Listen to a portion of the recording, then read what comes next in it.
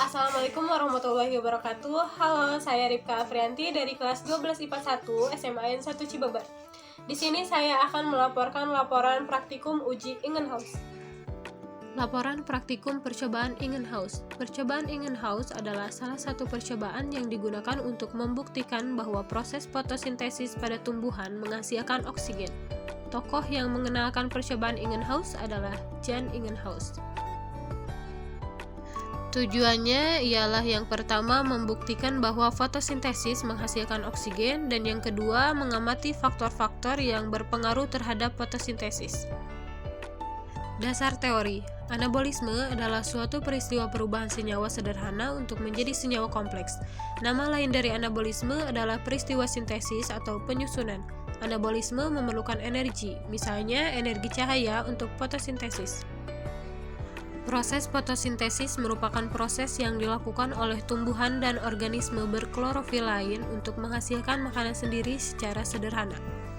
Proses fotosintesis dapat diartikan sebagai proses yang dilakukan tumbuhan untuk mengolah zat anorganik, yaitu gas karbon dioksida dan air dengan bantuan cahaya matahari, dan klorofil diolah menjadi zat organik yaitu karbohidrat. Fotosintesis menghasilkan produk samping berupa gas oksigen. Persamaan reaksi fotosintesis adalah 6 karbon dioksida ditambah 6 H2O dengan bantuan cahaya matahari dan klorofil menghasilkan C6H12O6 atau glukosa dan 6O2 atau oksigen. Banyaknya oksigen yang dihasilkan dalam sebuah proses fotosintesis ternyata dipengaruhi oleh beberapa faktor-faktor tersebut, diantaranya adalah tinggi rendahnya intensitas cahaya, tinggi rendahnya suhu, dan banyak sedikitnya karbon dioksida.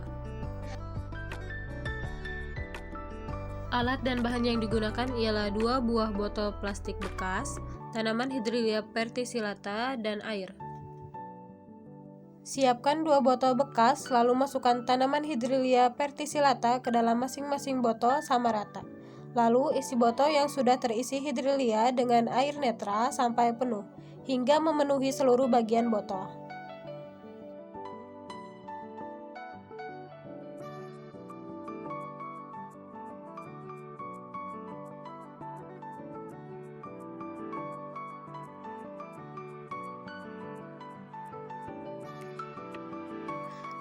Lima menit pertama yang terpapar sinar matahari.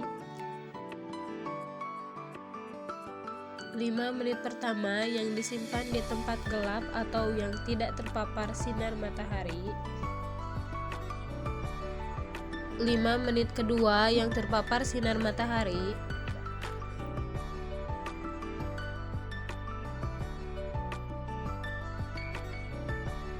5 menit kedua yang disimpan di tempat gelap atau yang tidak terpapar sinar matahari. Dan menit ketiga atau yang terakhir yang terpapar sinar matahari.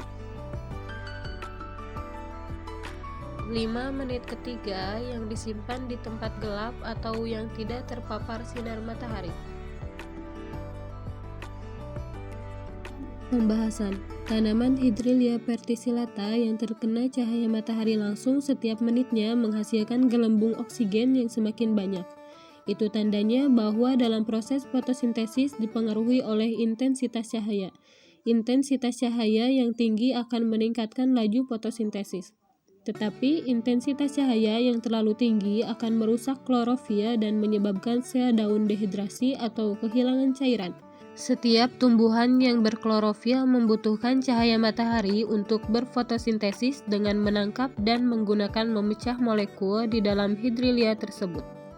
Tanaman Hydrilla yang tidak terkena cahaya matahari langsung menghasilkan gelembung oksigen yang cukup, namun tidak sebanyak yang terkena cahaya matahari. Itu karena kebalikan dari pembahasan di atas, yaitu kurangnya intensitas cahaya matahari.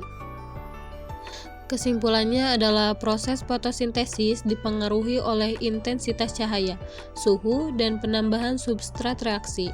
Berdasarkan percobaan yang telah dilakukan, dapat ditarik kesimpulan bahwa proses fotosintesis menghasilkan O2 dibuktikan dengan adanya gelembung-gelembung udara yang terdapat pada perlakuan yang ditempatkan di tempat yang terang. Terbukti bahwa dalam proses fotosintesis menghasilkan gas oksigen. Faktor intensitas cahaya yang terang atau cukup akan membuat proses fotosintesis menjadi cepat, tetapi bila cahaya yang tersedia sedikit, proses fotosintesis menjadi lambat.